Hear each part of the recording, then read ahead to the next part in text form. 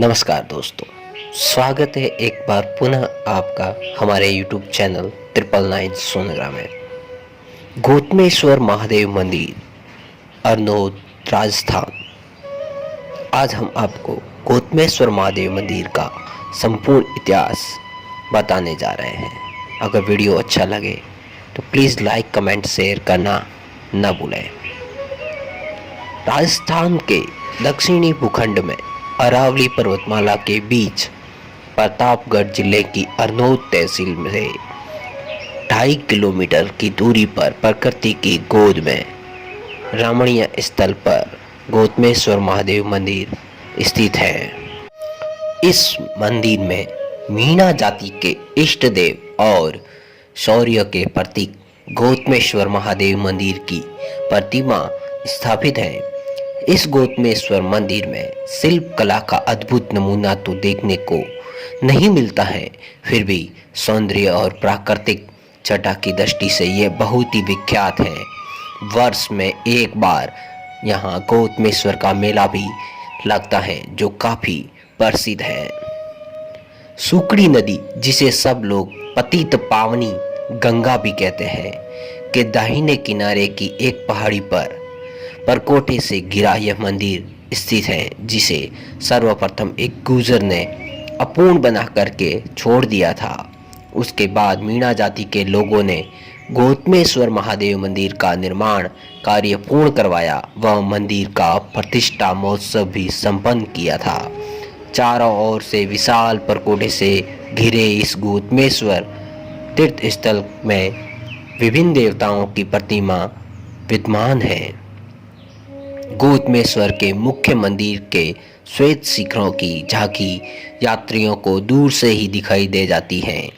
इस गौतमेश्वर धाम का परकोटा दूर से एक छोटा सा किला प्रतीत होता है। मंदिर में साधु संतों व यात्रियों के बैठने को एक बड़ी गैलरी, भोजनालय और मोदी खान है। मंदिर का प्रवेश द्वार उत्तर दिशा में है और अंदर प्रवेश करते ही दाहिनी ओर श्री गौतमेश्वर महादेव का लिंगाकार है। उनके पीठ पीछे बाई ओर गजानन व अहिल्या तथा दाहिनी ओर अंजलि और सामने नंदेश्वर की प्रतिमाएं स्थापित हैं। मंदिर के बाहर पीछे दाहिनी तरफ गौतम ऋषि और बाई ओर अंबिका काली माता के छोटे छोटे मंदिर हैं। मुख्य मंदिर के सम्मुख हनुमान जी, गंगेश्वर, गजानन, धर्मराज, स्नेश्वर भगवान आदि की प्रतिमाएं विराजमान हैं। गौतमेश्वर तीर्थ की प्राचीनता के प्रमाण तो अभी तक प्राप्त नहीं हो सके हैं, लेकिन लोगों का ऐसा अनुमान है कि यह मंदिर हजारों वर्ष पुराना है। जैसे श्री लल्लू भाई देसाई द्वारा लिखित चौहान कुल कल्प द्रम के प्रथम भाग में विक्रमी सन 1932 के पूर्व में भी यहाँ मंदिर मौजूद बताया गया है। गौतमेश्वर तीर्थ स्थान के संबंध में अभी तक लिखित प्रमाण के अभाव में यह ज्ञात नहीं हो सकता है कि मंदिर किसने बनवाया, क्यों बनवाया व इसका नाम गौतमेश्वर क्यों रखा गया। इस तीर्थ स्थल से 3-4 पौराणिक दंत कथाएं जुड़ी हैं। कुछ लोगों का मानना है कि श्री गौतम ऋषि ने इस पर्वतमालाओं में तपस्या की थी। हालांकि गौतम ऋषि की यहाँ कोई प्रतिमा नहीं है, लेकिन अहिल्या व अंजलि की प्रतिमाओं का होना व मंदिर को गौतम ऋषि जी का मंदिर नाम से प्रसिद्ध करना यह प्रकट करता है कि इस स्थान से भी श्री गौतम ऋषि का संबंध रहा है।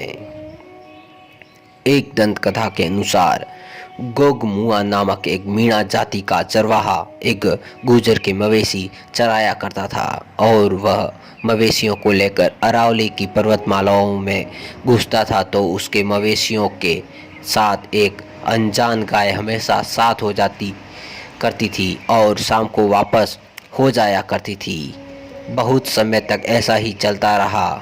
गाय उसके मवेशियों के साथ हो जाती और दिन भर चरकर वापस अपने स्थल की ओर चली जाती। उस गाय ने एक बछड़े को जन्म दिया। गोगमुआ उस बछड़े को लेकर गाय के पीछे पीछे चल दिया। गाय जाकर एक टेकड़ी की गुफा के पास जाकर रुक जाती हैं। वर्तमान में यह गुफा गौतमेश्वर गुफा के नाम से प्रसिद्ध है। इस गुफा में एक ऋषि और दो महिलाएं निवास करती थी। गोगमुआ उनसे अपने साल भर की गाय चराई मांगता है। ऋषि ने उनकी झोली में कुछ जौ के दाने गौ चराई में दिए। गोगुआ न जाने क्यों वहीं डालकर चला गया। ऋषि उसके भोलेपन को देखकर मुस्कुराए। गोगुआ जब घर पहुंचा तो उसकी पत्नी की दृष्टि उनके कपड़ों पर चमकती हुई वस्तु पर पड़ी। जौ का कोई दाना उसके कपड़ों में चिपक गया था और पूछा, ये क्या वस्तु है?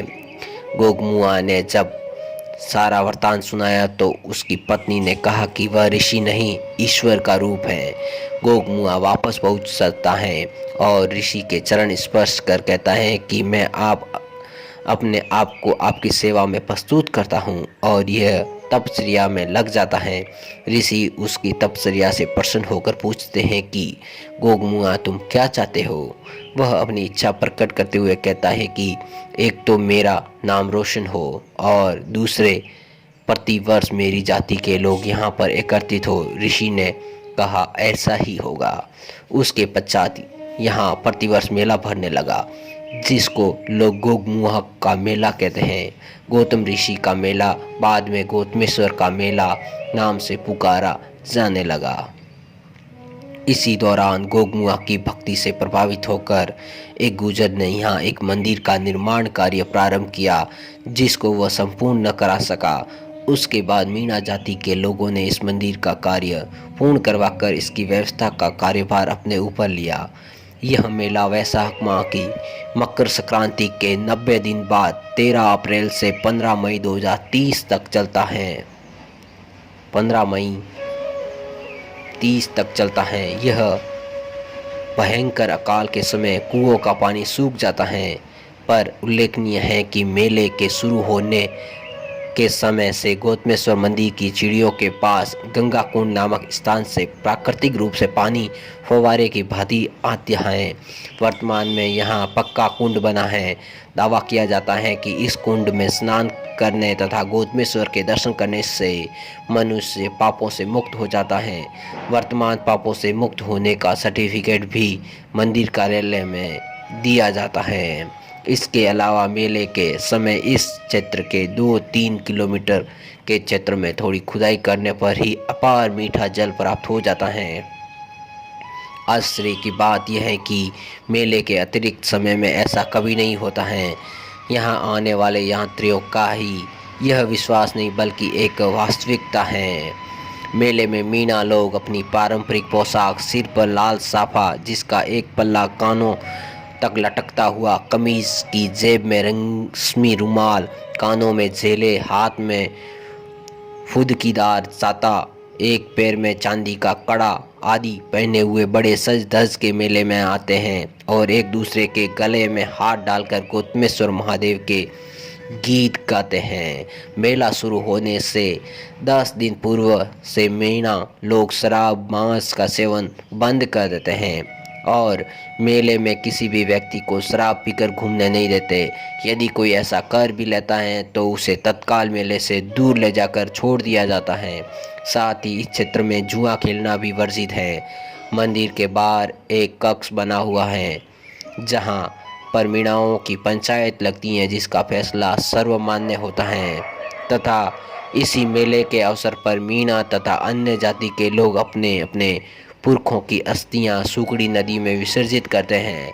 मीणा जाति के लोग गौतमेश्वर महादेव को अपना कुल देवता मानते हैं और उन्हें प्यार से भुरिया बाबा, गौतम बाबा, गौतमेश्वर बाबा आदि नामों से संबोधित करते हैं। दोस्तों, आपको हमारा ये वीडियो कैसा लगा हमें कमेंट करके ज़रूर बताएं। यह जानकारी आप अपने दोस्तों के साथ सोशल मीडिया पर भी शेयर कर सकते हैं। प्रिय दोस्तों, आपके आसपास कोई ऐसा धार्मिक, ऐतिहासिक या पर्यटन का स्थल है जिसके बारे में आप पर्यटकों को बताना चाहते हैं तो आप उस स्थल के बारे में सटीक जानकारी हमारे सबमिट एवं पोस्ट संस्करण में जाकर करके लिख दें। हम आपके द्वारा लिखे गए लेख को अब वीडियो के माध्यम से प्रसारित ज़रूर करेंगे। धन्यवाद दोस्तों।